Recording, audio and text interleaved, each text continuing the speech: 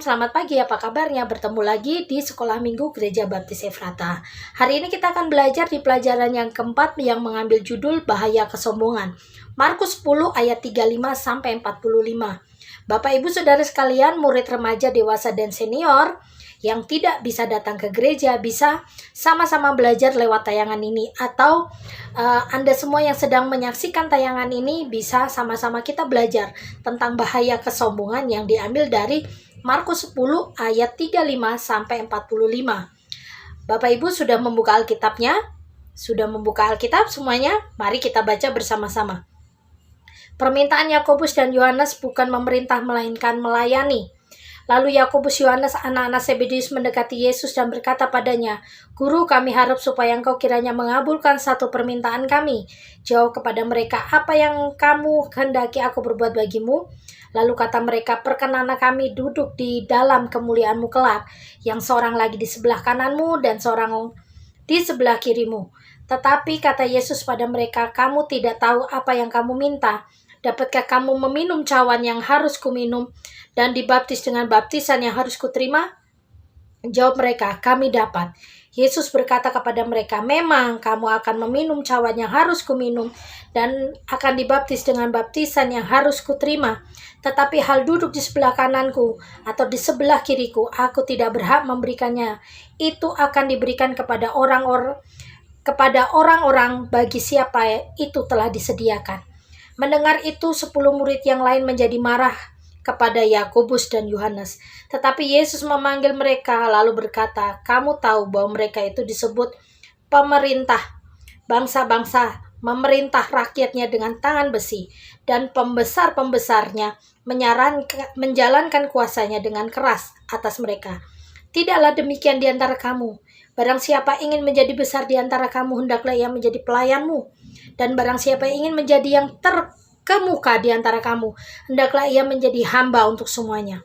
Karena Anak Manusia juga datang bukan untuk dilayani, melainkan untuk melayani dan untuk memberikan nyawanya menjadi tebusan bagi banyak orang."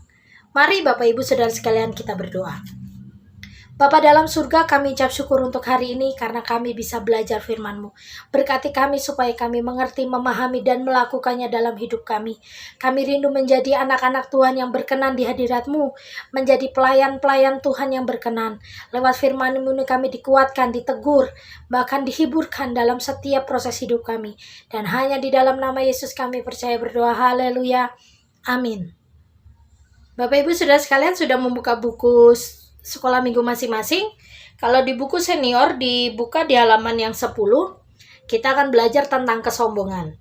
Bapak Ibu, menurut Kamus Besar Bahasa Indonesia, sombong berarti memiliki arti menghargai diri secara berlebihan, atau dapat diartikan bahwa kesombongan adalah keyakinan yang berlebihan mengenai kemampuan-kemampuan sendiri sehingga dia tidak mengenali anugerah Allah. Harga diri yang berlebihan ini membuat seseorang menjadi sombong, dan kesombongan membuat dirinya merasa paling benar.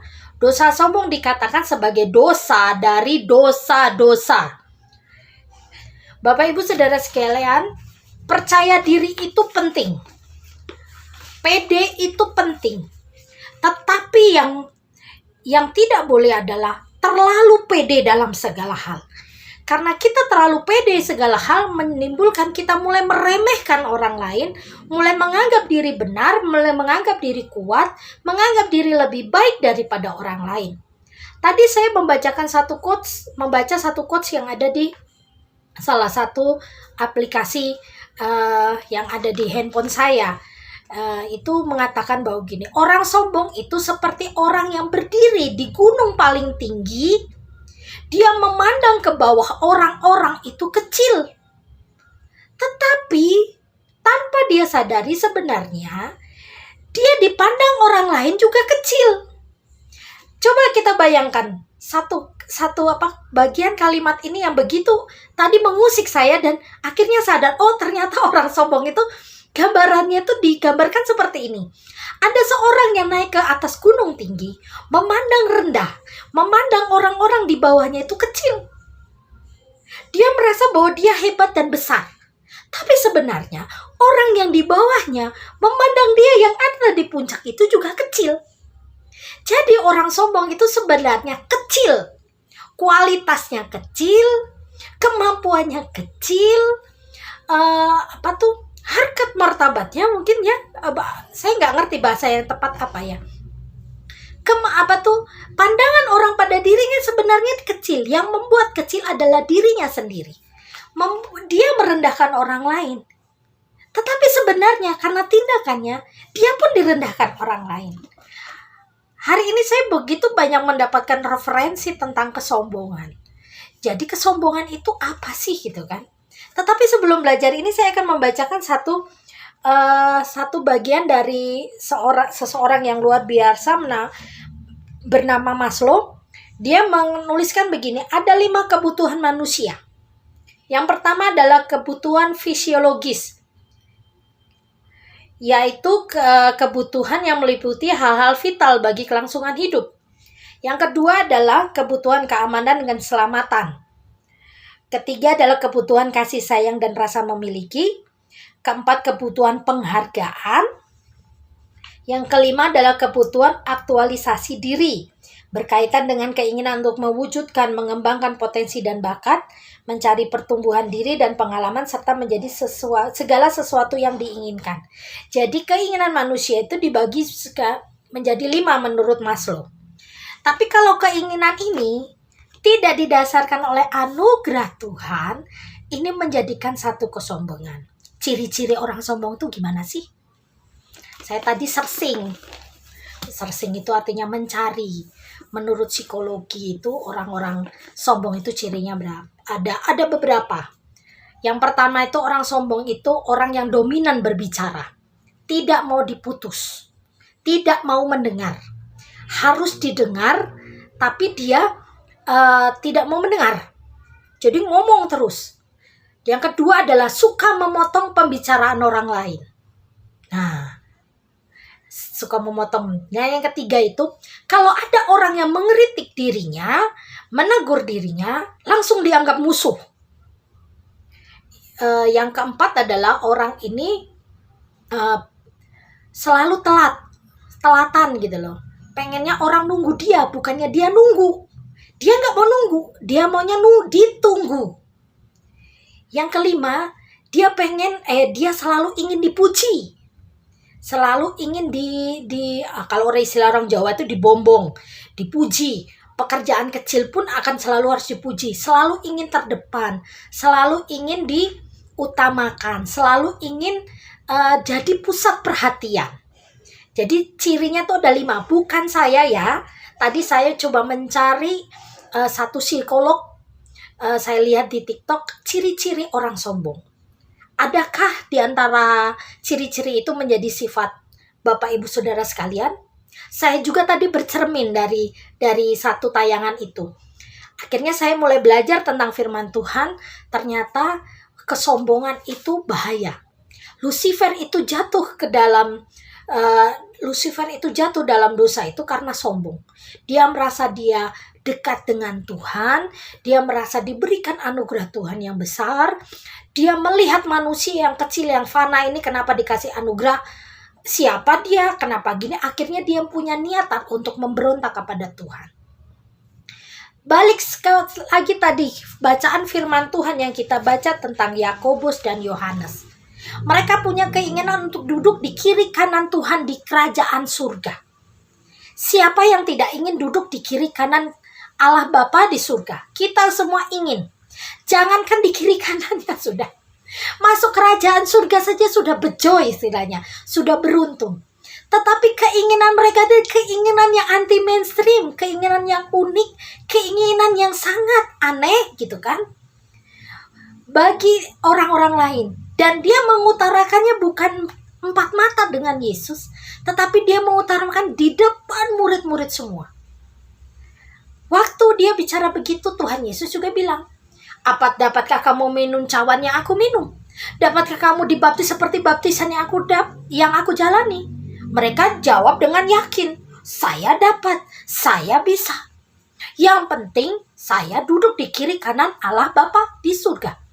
Bukankah ini ciri-ciri yang sering kita lihat di antara orang-orang sombong?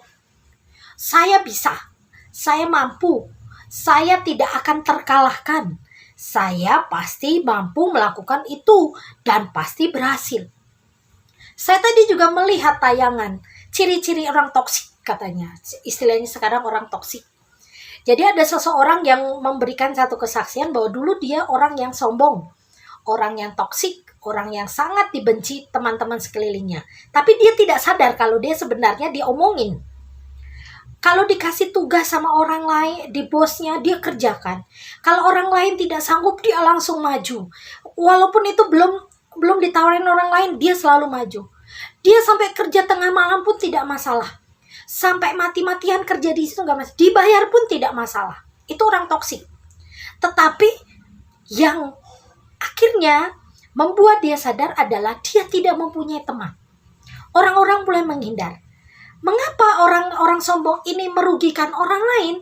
Karena sebenarnya kerajinannya yang kelebihan-kelebihan itu menutupi orang lain yang sebenarnya baik. Orang lain yang sebenarnya rajin. Orang lain yang sebenarnya melakukan hal yang baik pula. Makanya tadi murid-murid Yesus marah. Mendengar itu, ke-10 murid Yesus yang lain menjadi marah kepada Yakobus dan Yohanes.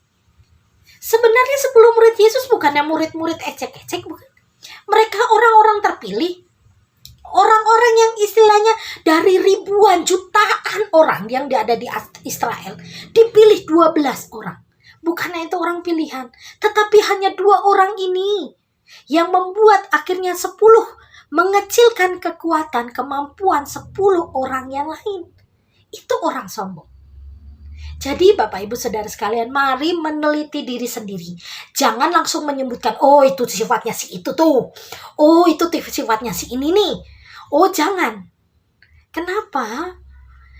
Orang sombong itu suka nunjuk. Orang sombong itu suka menuduh. Orang sombong suka sekali mencari kesalahan orang lain, tetapi buta akan kesalahan diri sendiri. Bapak, Ibu, Saudara sekalian, hari ini kita diingatkan untuk tidak sombong.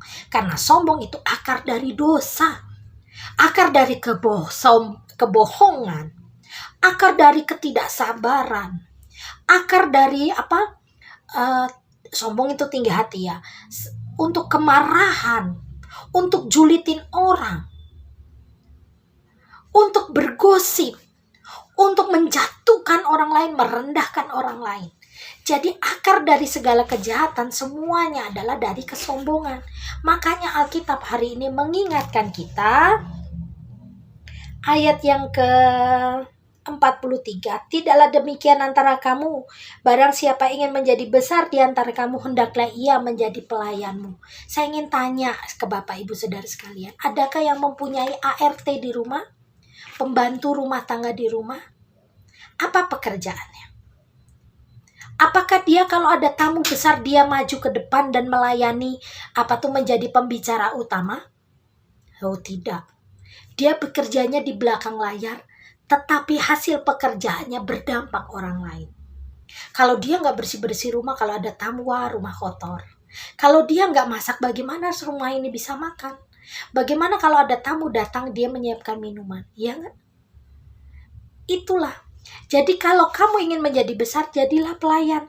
Dan barang siapa ingin menjadi yang terkemuka di antara kamu, hendaklah ia menjadi hamba untuk semuanya. Hamba itu budak.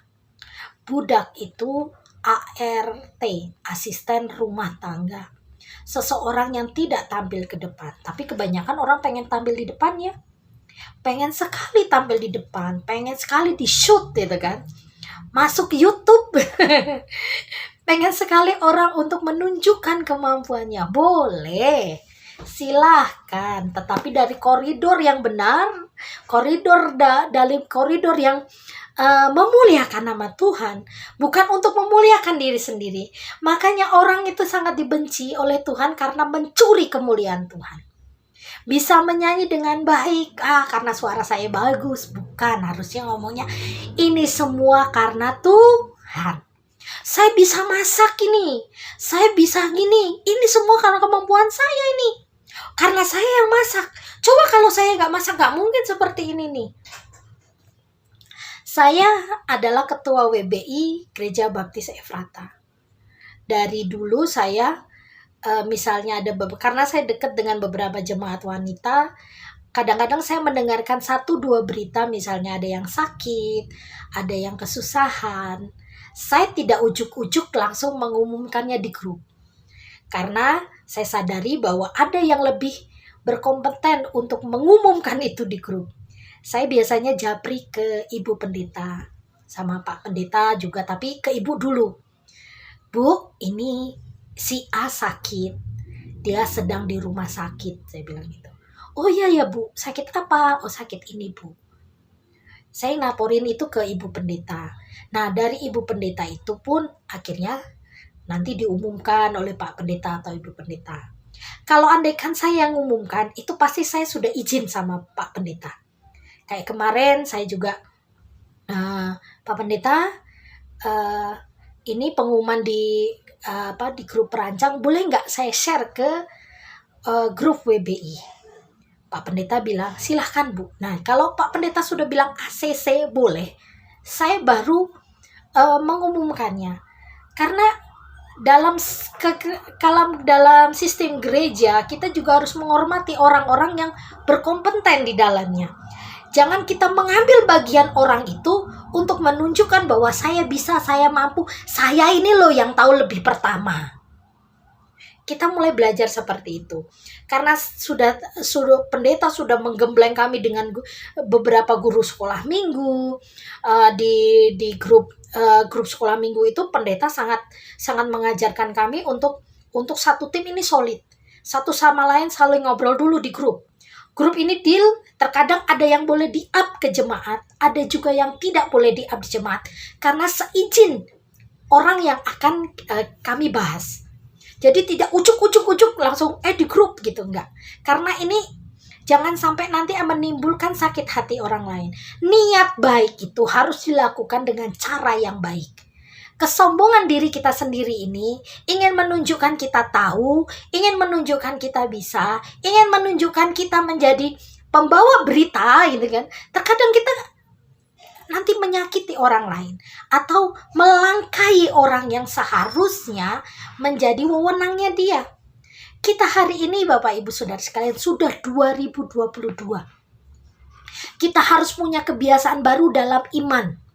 Punya kebiasaan baru dalam pola pikir, dalam hal berbicara, dalam beribadah segala macam. Kita harus punya kebiasaan baru. Jangan sampai manusia lama yang harusnya kita tinggalkan, kita masih bawa kemana-mana. Dulu tuh begini loh, dulu. Jangan dikit-dikit kita ngomong dulu. Hari ini apa yang sudah kamu lakukan untuk Tuhan? Apa yang kau sudah lakukan untuk gereja? Apa yang sudah kau lakukan untuk orang sekitar? Sudahkah kita jadi berkat? Jangan usik-usik dulu. Saya pernah menyampaikan satu renungan. Orang yang membajak sambil menoleh ke belakang, dia tidak layak untuk kerajaan surga. Orang yang selalu mengungkit kebaikan-kebaikan yang dulu, tetapi tidak mau introspeksi diri, tidak mau mulai berubah diri, orang itu tidak layak untuk kerajaan surga. Jadi Bapak Ibu Saudara sekalian, hari ini kita diingatkan sangat keras pada Tuhan. Kalau kau ingin besar, kalau kau ingin dipakai Tuhan, kalau kau mau ingin bakatmu menjadi berkat bagi banyak orang dan memuliakan Tuhan, jadilah punya hati untuk melayani, bukan dilayani, untuk di belakang, untuk menjadi orang yang memberi tangan kanan, memberi tangan kiri, tidak tahu. Harus seperti itu. Jangan ingin selalu menonjol, selalu ingin didengar, selalu ingin dipuji, tapi biarlah pujian itu untuk puji, hormat, kemuliaan nama Tuhan saja. Saya tidak berhak, saya tidak mampu kalau tidak ada Tuhan. Saya akan bacakan satu kesimpulan yang indah di buku ini. Kesombongan muncul dari keegoisan setiap manusia yang ingin menjadi terbesar atau penguasa atas sesamanya. Inilah yang diajarkan oleh dunia ini, sangat berbeda dengan apa yang dikehendaki Yesus. Saat seseorang menjadi pemimpin dan ingin menjadi yang terkemuka, seorang ingin terkemuka harus memiliki komitmen untuk meninggalkan keegoisannya dan memiliki kerendahan hati. Menjadi murid yang terbesar adalah ketika seseorang mau melayani orang lain. melayani orang lain tanpa ada modus pengen dilihat, pengen didengar, pengen terdepan. Inilah yang menjadi tantangan kekristenan kita hari ini. Jadi mari Bapak Ibu sama-sama kita merubah diri sendiri, mulai memperbaiki dan introspeksi diri sendiri. Apakah saya sudah tidak sombong di hadapan Tuhan? Biarlah semuanya ini menjadi pelajaran buat kita semua ya. Mari kita tutup Alkitab kita berdoa. Terima kasih Tuhan Yesus untuk kebaikan-Mu. Terima kasih Yesus untuk pengajaran-Mu hari ini. Sehingga kami diingatkan untuk tidak sombong. Berkati kami supaya kami bisa mengerti, memahami, dan melakukannya dalam hidup kami. Kuasai kami dengan Roh Kudus-Mu, sehingga kami menjadi anak-anak yang berkenan di hadapan-Mu. Dan hanya di dalam nama Yesus kami percaya berdoa. Haleluya. Amin. Selamat pagi. Tuhan Yesus memberkati.